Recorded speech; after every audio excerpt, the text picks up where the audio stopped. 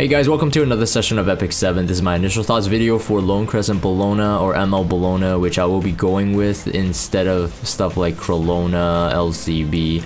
I'm gonna use ML Bellona for now until we find a better name.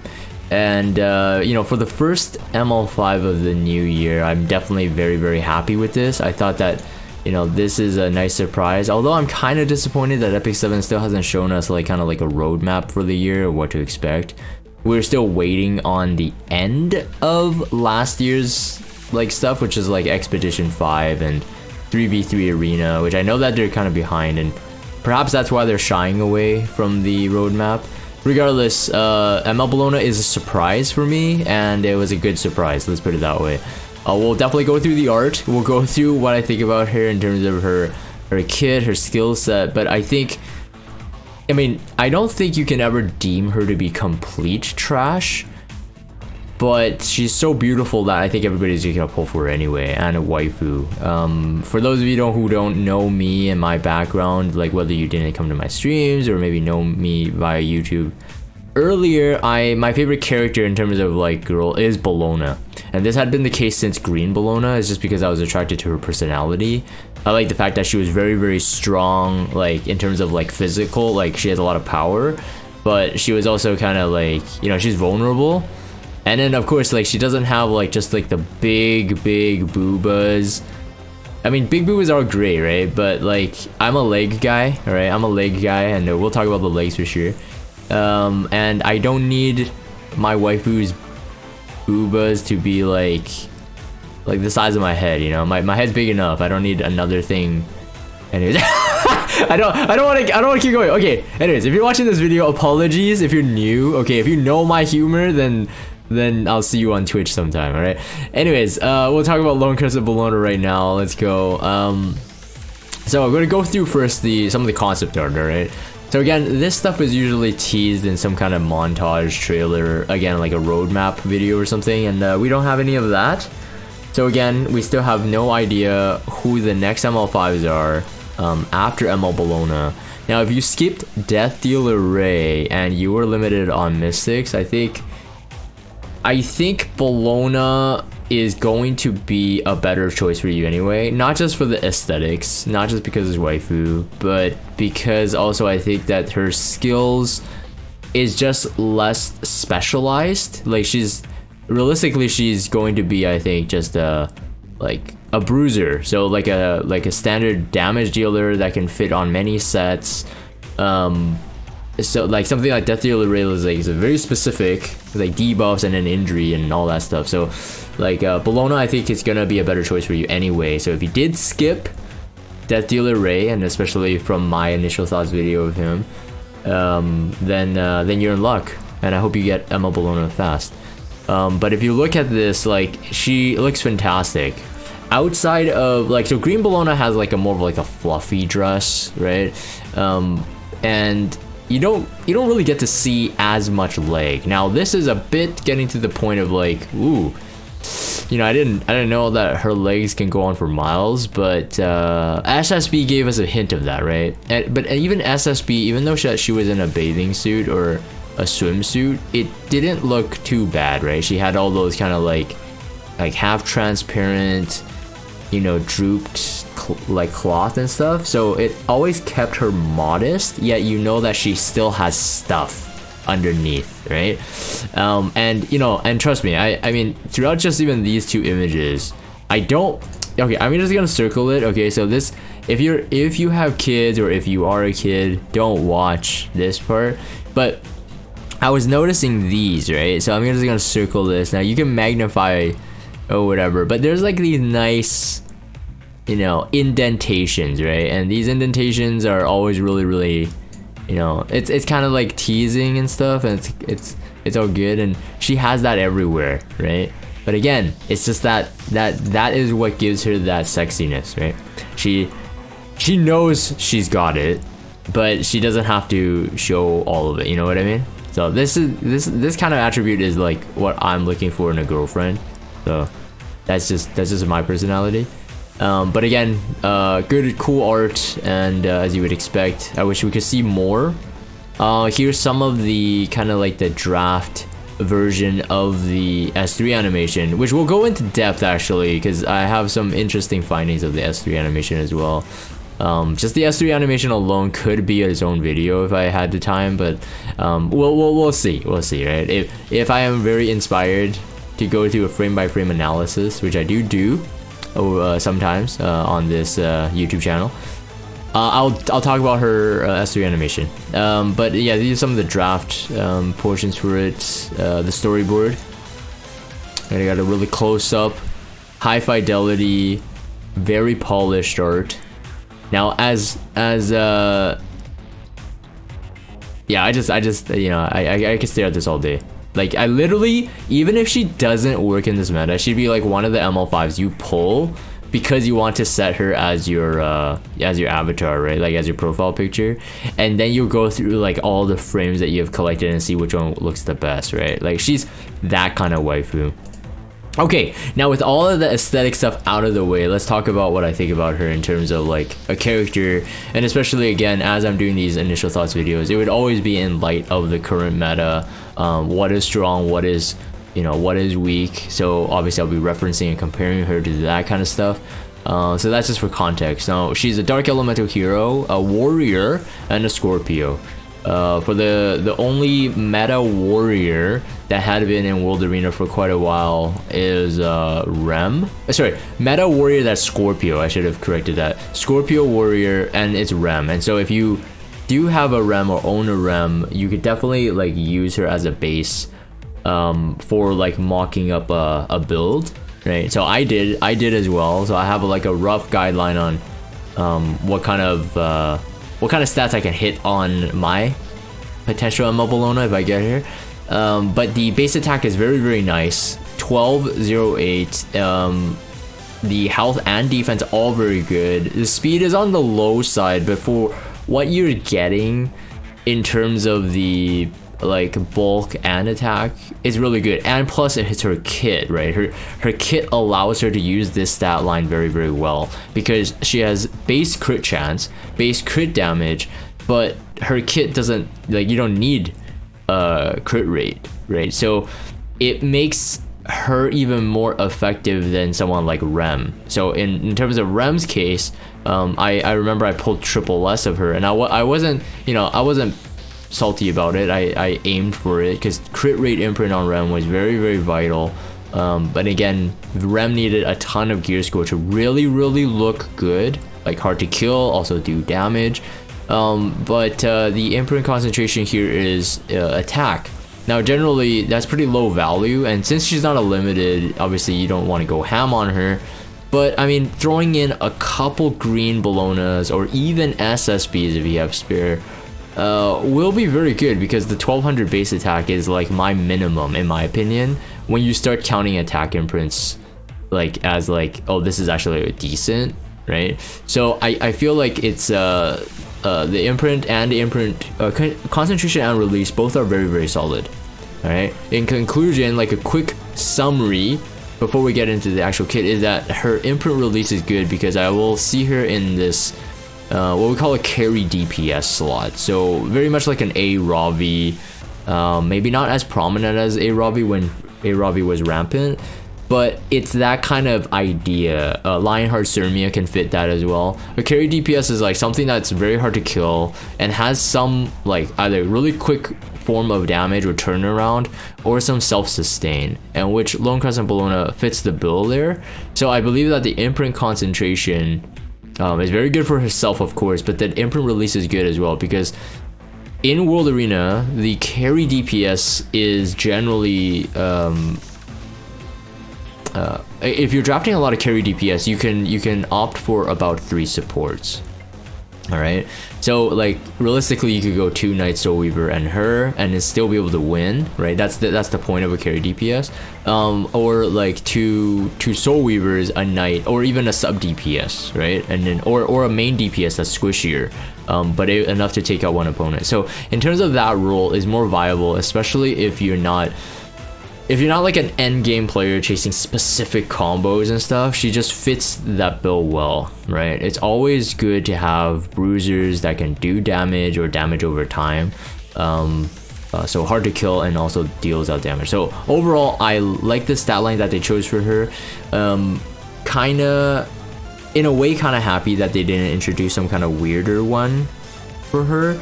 And I think like I said, I think the stat line is perfect, and for her kit, synergizes very well. Let's talk about skill 3. So Quixotic Crescent acquires 30 fighting spirit. It is a cooldown skill, but it's a 4-turn cooldown without any reduction, so that's kind of good. But 4-turn is just like any S3 pretty much, the bread and butter S3s, but acquires 30 fighting spirit. So she's a fighting spirit hero, as something to note off right away. But let's keep continuing. None of her skills says that she starts with any fighting spirit. So like Landy starts with 50. She doesn't start with anything, so you'll have to build up to 100 fighting spirit for her to actually unleash whatever she is to unleash, so her S2. But the reading of it says attacks the enemy by moving unpredictably, and then before granting vigor to the caster for 2 turns. When the enemy is defeated, grants vigor to all allies except for the caster for 2 turns. A successful attack always results in a critical hit. When the caster has a buff, increases the damage dealt. Now, as I'm making this recording, I do not have the damage mods. Now, because of her role as a carry DPS, I can't see this being super powerful. Although, my guess is, again, because I don't have the damage mods, I have to speculate, is that they might be a bit... They might try. So you know, obviously it feels like I'm not making a decision here in terms of my speculation, but because the fact that you grant teammates vigor through the exception of, or through the condition of killing the enemy, I feel like the damage mod on the buffed version, so when the caster has a buff, increases damage dealt, I think that has to be like a 50% difference. So let's say, for example, if the S3 is a 1.2 times mod, I think it would be like a 1.7 times mod. Because it's a 4-turn cooldown, anything ranging from a 1.2 to like maybe 1.5 is not too crazy. It's not too crazy, especially she doesn't have really fast-paced speed. Alright, so these are speculations right now, but it is interesting to talk about and think about. But I do believe that the caster having the buff increasing damage dealt part won't be something like a 10%. I think it's going to be quite drastic, because I think the kit here as it's described and the mechanics that's involved is really wanting the player to be able to get that first turn kill, right? So when she has an S3 turn, so on the first turn she gets, you'll want to technically kill off your enemy. And because I don't see her being built as really fast, that's why I was saying that as a carry DPS role, she can have a support DPS, maybe like a support buffer DPS, let's say Sylvan Sage Vivian, that's just a random one, or Briarwitch Assyria to set up defense breaks and unbuffable, but be able to chip down your opponent so that she's ready to kill on that S3. So because that the caster has a buff, increases the damage dealt, immunity seems to be pretty solid. So that if somehow your draft doesn't end up having some kind of buffer, let's say for example you have a Destina as one of your early pick supports, the immunity buff on her could be game changing, right? And the fact that you can get it S3, which means that vigor buff on her will be on for 2 turns, which means increased damage with her passive splash when we talk about that on the S2, and then also increasing her bulk because vigor buff also gives defense. So there's a lot to chew on here, and in a way, as I'm making this recording, I'm more excited that I don't have the damage mods, because I want her to be good, so I'm just speculating right now, right? But the skill enhances 30% raw damage, which is pretty bread and butter. And again, this is why I think that my prediction on the damage mod, unless they're kind of power creeping the meta, unless they're gonna power creep damage dealers now, is gonna be roughly around the ranges I said. I think like a 1.2 to 1.3 is fair, and then like a 1.5 to 1.7 after the buff is fine. And actually, you know what, I wouldn't be surprised if it scales up to like a 2 times mod, because the thing is, the S3 has no pen at all. And then that also gives the question, is like, oh, maybe a pen set is good for her, which would be the S3 and the S1 predominantly, but lose value on the S2. Alright, so let's keep going here. Oh, skill Soulburn is on the S3, skill cooldown decreased by 2 turns, also decent, right? So this is good for cycling, right? So depending again how much damage you can do, how easy it is for her to one shot, it'll probably be like a good to have once you have her momentum going, because when we talk about the S2, which let me just preview here, she gains attack percent as well, right? So like as she's scaling up in damage, and you'll most likely start gaining souls by then, by the time that she can do her second S3, like perhaps, you know, that's when you start spamming it, right? Okay, so anyways, let's talk about the S3 animation. So this, I got a couple frames here. These 2 frames are actually upside down. Now I want to say this is right side up. These 2, this one and this one, are actually upside down. I flipped them. I took the liberty of flipping them, and this is the reason. So I'm gonna do it right now. Let's see here. How can I got it. I gotta do this. Okay.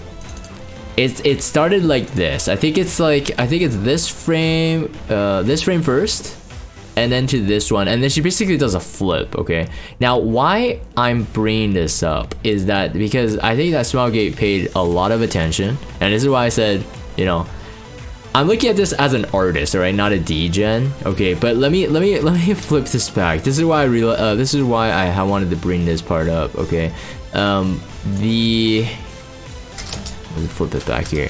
The gravity on her booba is quite accurate for her size, right? Remember this is upside down, right? So like technically the gravity is going this way, right? For her size, that's like the right weight distribution. Isn't that alarmingly scary?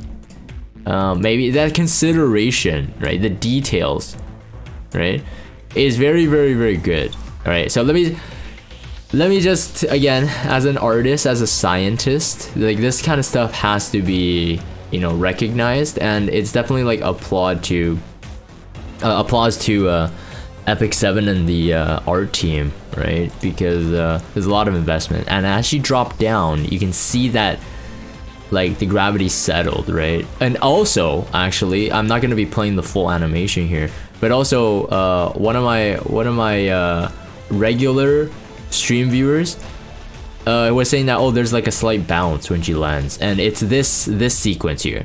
So as you're seeing here, so imagine those things move up and down, and is very cool. Right, so awesome S3 animation. I won't go into the actual frames where she's actually like kicking and stuff. Either way, it's a really good animation, and it happens so fast. There's a couple key frames, I think, like these ones, these poses where it's held on the screen for like half a second, and this one's like a full second. So it's all really good. There's also, just for the sake of art as well, I was taking these screenshots on stream, on live stream, and I kept on asking, I'm like, what is this, right? Like, is that the like the thigh, or is that close to the butt? I'm not quite sure. I don't want to make this about degen stuff, so I will now end the S3 animation, and we'll talk about the skills again. Skill 2, all right, so waxing crescent. So after attacking, increases attack of the caster by 10%, and then this effect can stack up to 5 times. When an ally is attacked, gains 15 fighting spirit, and then when the fighting spirit is full, consumes all fighting spirit to activate Eyes on Me. Eyes on Me attacks all enemies, increases combat range of the caster by 20%. A successful attack always results in a critical hit. Okay, so the S2 is a passive, so that means this can be sealed. The thing is, so like she can still gain fighting spirit from the S3 and the S1. Okay, so while this can be sealed, she doesn't have like that kind of weakness like an SSB, where SSB's like extra attack is based on her passive. This isn't, right? So this adds to the fighting spirit, but the fighting spirit is what like, actually no, never mind. You know what, never mind. I forgot. You gain the fighting spirit, but actually because this passive is locked to consuming it, so never mind, she can be sealed. I guess the only thing that she doesn't have a weakness to compared to like SSB would be Solitaria then, right? Because she's fighting spirit not based on focus. But anyways, let's keep talking about the pros first, and then we'll talk about the her flaws, I think. So after attacking, increasing the attack of the caster by 10%. This is not locked to the caster's turn, right? At least not in the writing. So generally Epic 7 has been pretty good at saying that when attacking on the caster's turn, increases attack of caster by 10%. And this is why something like a counter set would definitely be super beneficial, and I think it might be the go-to set, because every time she attacks, she gains the attack by 10% for her next attack, right? So if you draw a dual attack, it should work because there's no limitations there as well. And if you counter, it should work as well.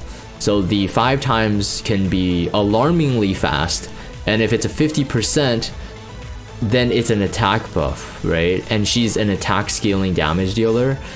So I think it should be pretty good. I think for the skill 2, because it comes automatically, and the conditions, honestly, like unless she is sealed, like you can't really stop it. I think that they're gonna make this this AoE's damage like maybe a 1x mod max, maybe 0.9, 0.8, something like that. And 0.8 to a 1x mod for an AoE is pretty standard for a damage dealer like this. So anything higher would be like super sweet.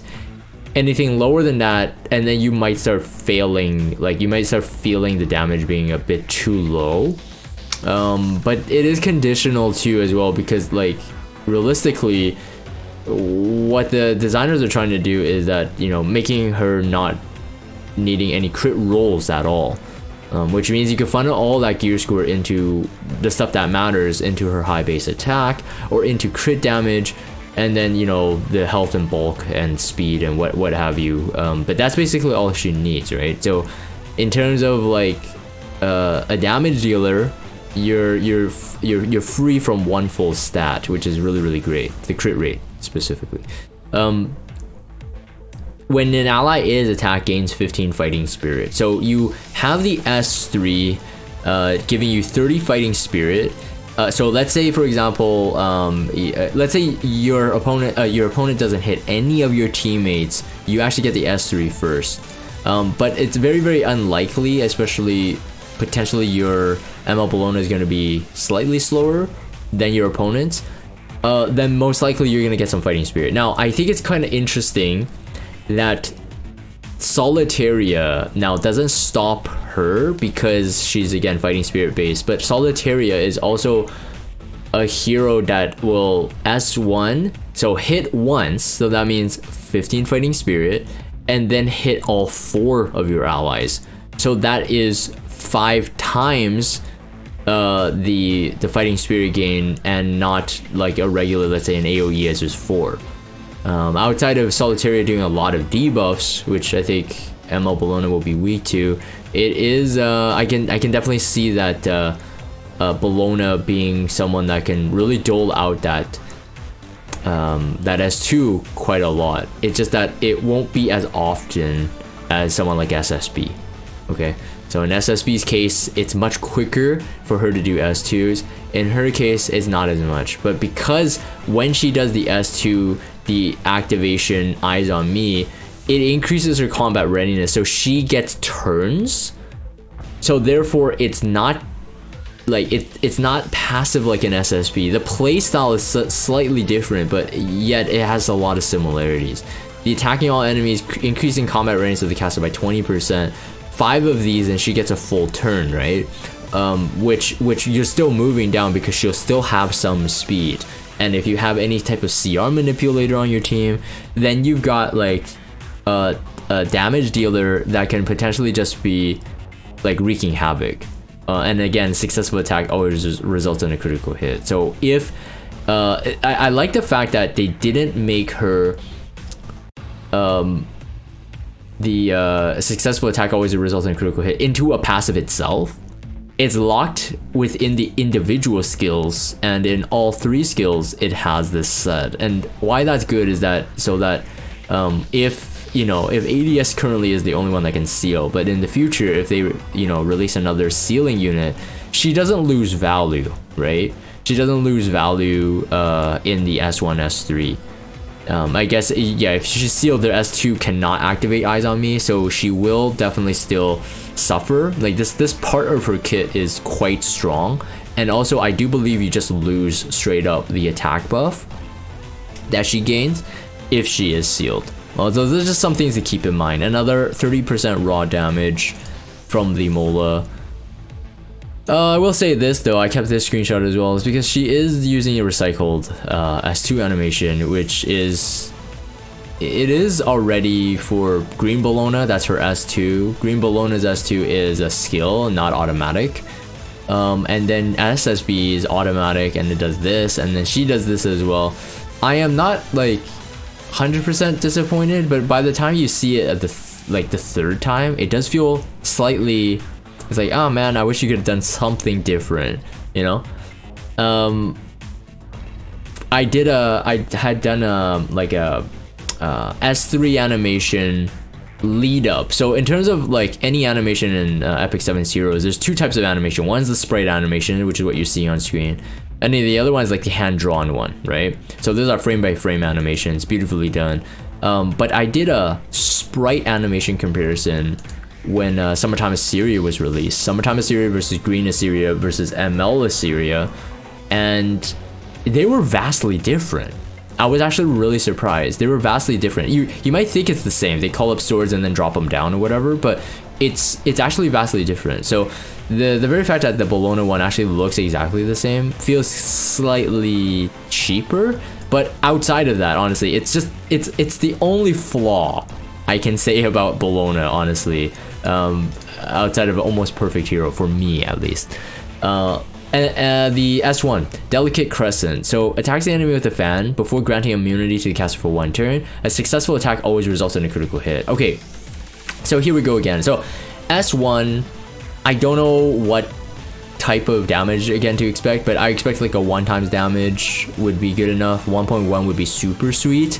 The S1 does acquire 20 fighting spirit, and so therefore again, counter seems to be my favorite set. I just feel like counter, gaining you the attack bonus, gaining you fighting spirit to be able to do Eyes on Me earlier than your opponents might expect, it is just very, very nice. On the fact that, and the fact that because she's a warrior, she has access to Sigurd's Scythe, which I believe will be her best in slot artifact. Sigurd's Scythe, with her high base attack, with her no need to have high crit, which means that her attack could be even higher than a regular bruiser, like maybe as much as 4k attack, but at that point you might be, you know, sacrificing some bulk or speed. But if you have your attack high, Sigurd's Scythe gives you another attack buff, 50% more attack if her HP is lower than 50%, and then the damage dealt, you know, becomes HP.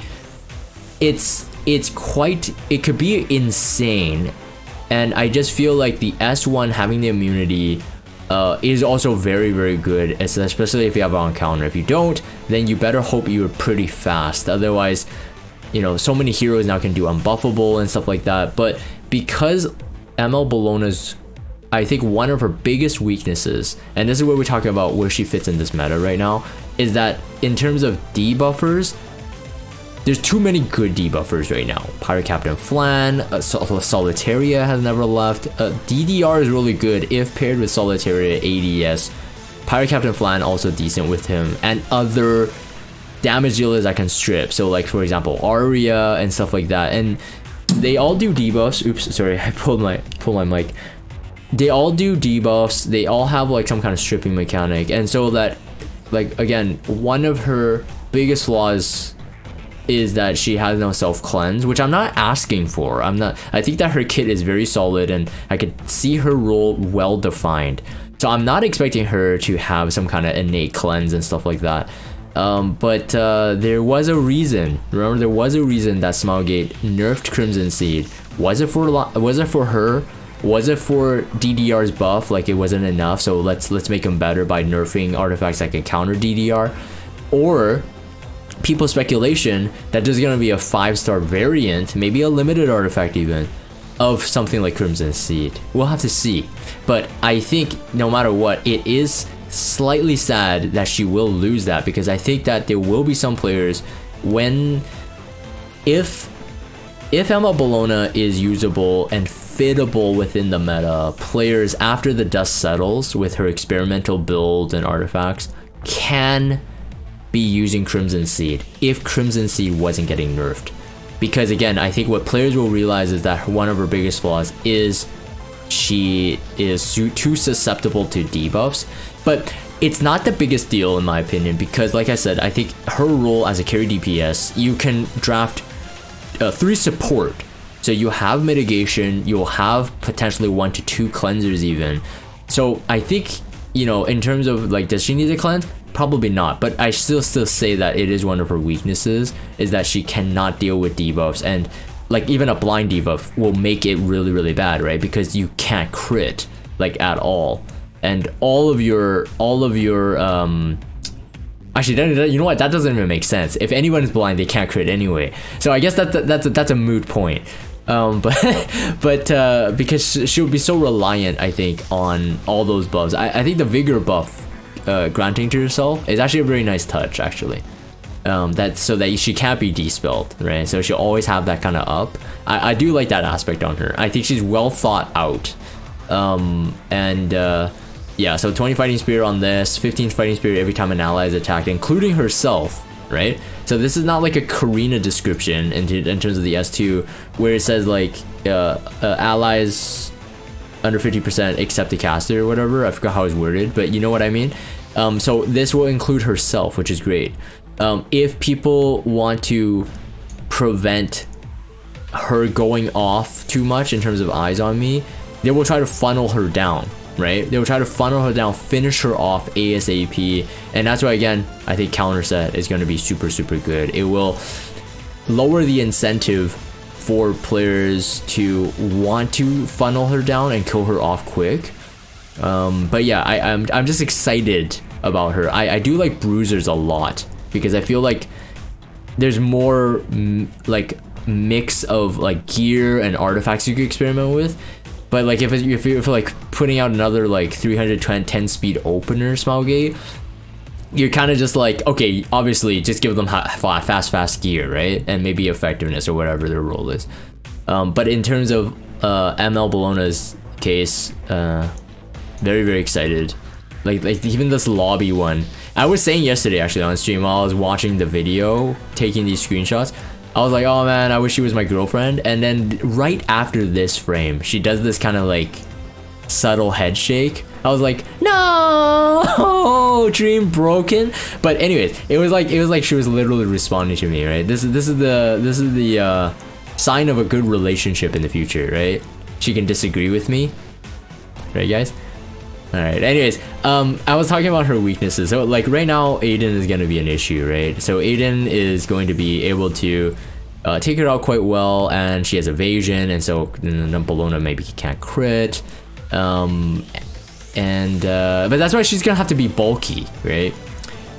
So gear sets, honestly, if you're a new player and you want to gear her up, what you're looking for is honestly just go for high gear score. All right, high gear score, and that just means that you want stats on her. You just want stats on her. I think anything like even a destruction set can work on her, to be honest. If you're looking for highest gear score set for her type of role, I think destruction set is going to be a very well fit for her. Just make sure you know crit rate, of course, and if you have access to a +3 Sigurd Scythe, destruction set is just fine. Counter set, like I said, many advantages to counter set, I believe.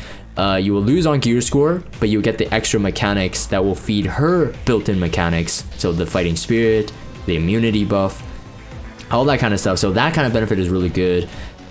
Injury set, I was considering.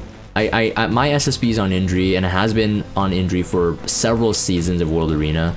And I never removed it because it's just like, I know that's where I want to use her, you know? Like if someone is too bulky and has no way to stop SSB, then the injury is going to punish them over time. And she could be thought out that way as well, but I think that I wouldn't slap injury on her as the first set if you have the choice.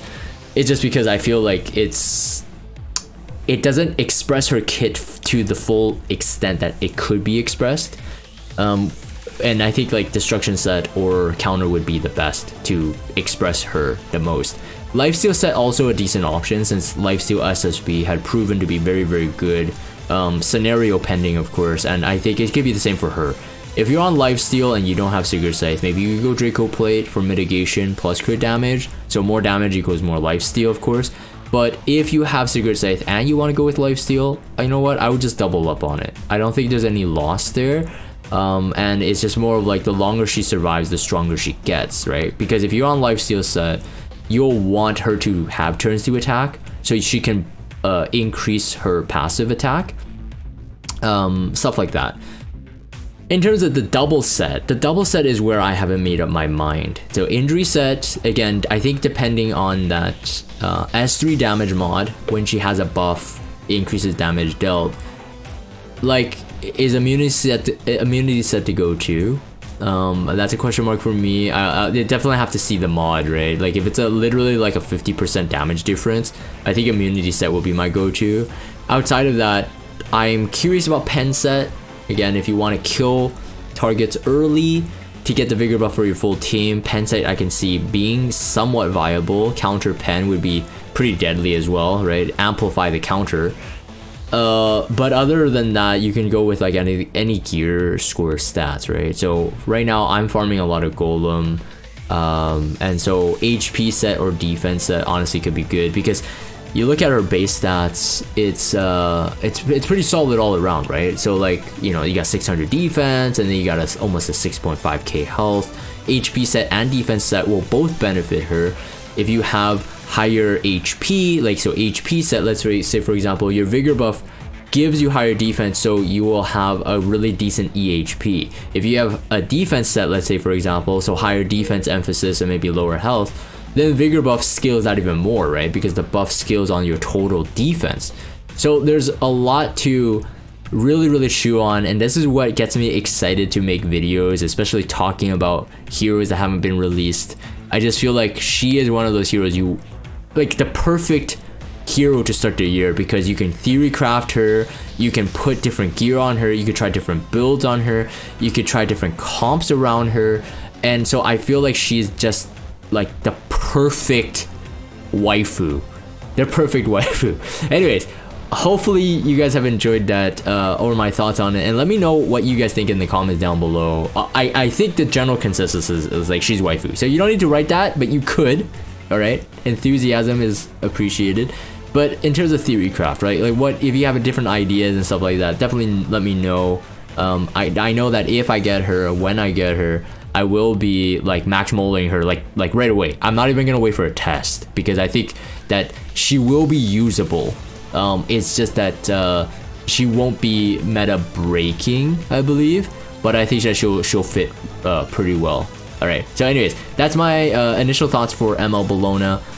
Again, thanks for watching, guys. If you haven't subscribed to my YouTube channel, definitely consider that. Outside of that, join my Discord as well, and I'll see you guys on the next one.